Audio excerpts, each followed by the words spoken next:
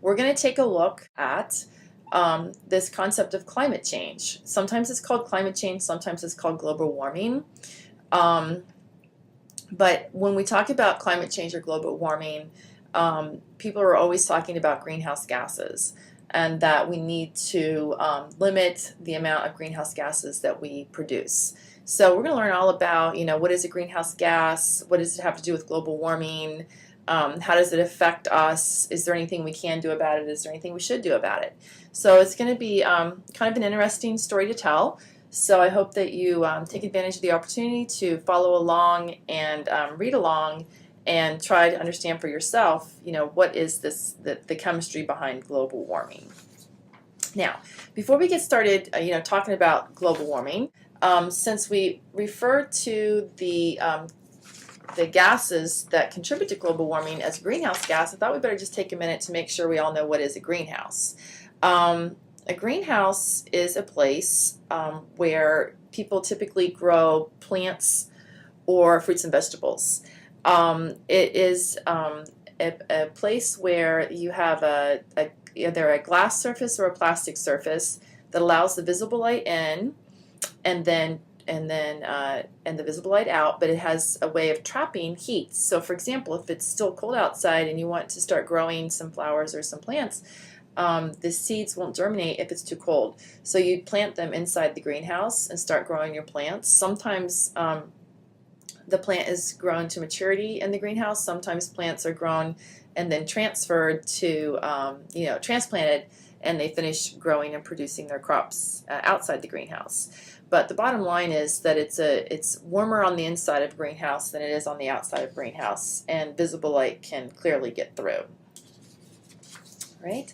So since greenhouses are covered with either glass or plastic, and we refer to gases as greenhouse gases, it might be useful to take pause here for a minute and talk about how can a gas be like a glass.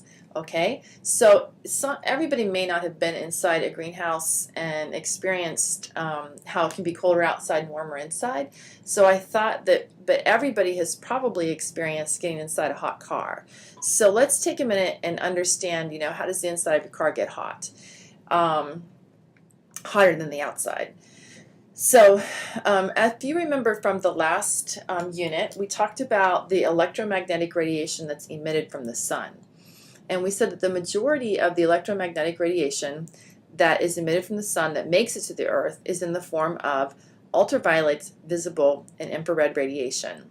We learned in the last unit that most of the ultraviolet radiation is absorbed in the upper atmosphere by either oxygen or ozone before it makes it to the surface of the earth.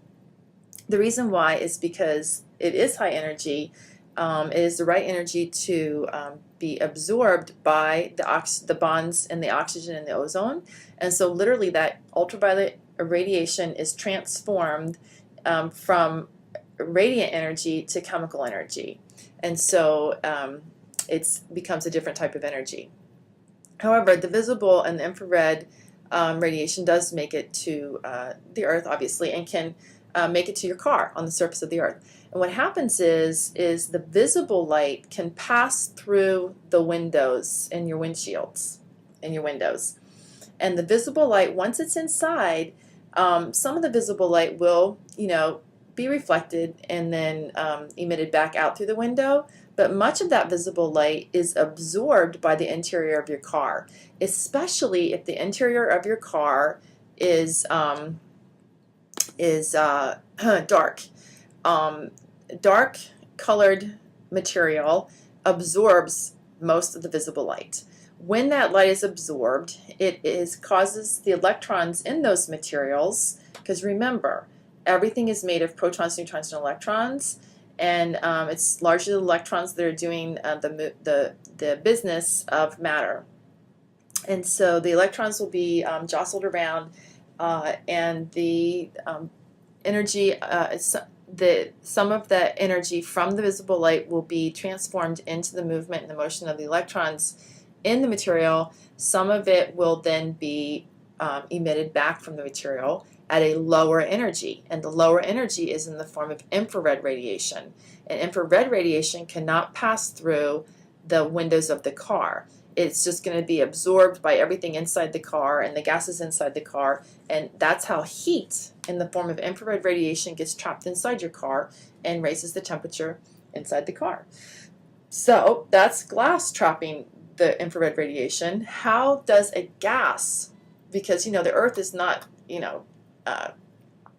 covered in a big piece of plastic or a big sheet of glass. So I've tried to blow up this picture a little bit. This is directly from your textbook, so you can always look at the book. But what happens is the radiant energy, some is absorbed in the atmosphere, some is absorbed by the earth, some of it is reflected from the atmosphere off of dust particles or aerosol particles, little bits of water, and some of it is reflected back from the surface of the earth. Now the reflected is going to be reflected in the form of visible light, reflected in the form of visible light. The absorbed by the atmosphere, it's the infrared radiation that's being absorbed by the particles, by some particles, some molecules in the atmosphere. And the visible and the infrared both can be absorbed by the earth. The visible that is absorbed then will, some of it will be re-emitted as infrared radiation. And so this is what we see over here, is some of the energy that was absorbed by the earth, the continents and the oceans and whatnot, is then emitted at longer wavelengths, lower energy, and the absorbed is visible, and some of it is absorbed also as IR, and then re-emitted by IR, lower energy. And that IR, very small amount of it is going to make it all the way and be emitted from the surface of the earth out into cold outer space, just a very small percentage of it. Some of it is going to be absorbed by the atmosphere, though. Most of it is going to be absorbed by the atmosphere, and those gases that absorb the infrared radiation then are going to emit it in all directions. Some of it will then be emitted back out into the atmosphere, into outer space, and some of it will be just reabsorbed by the gases in the atmosphere. Okay, so we don't have a solid glass or a solid plastic sheeting around our atmosphere, but what we do have is some molecules that are capable of absorbing that infrared radiation and just radiating it back down, and this is how we keep our atmosphere warm. All right, so it's not exactly like the glass in a car or the glass or the plastic in a greenhouse, but it behaves in a similar way.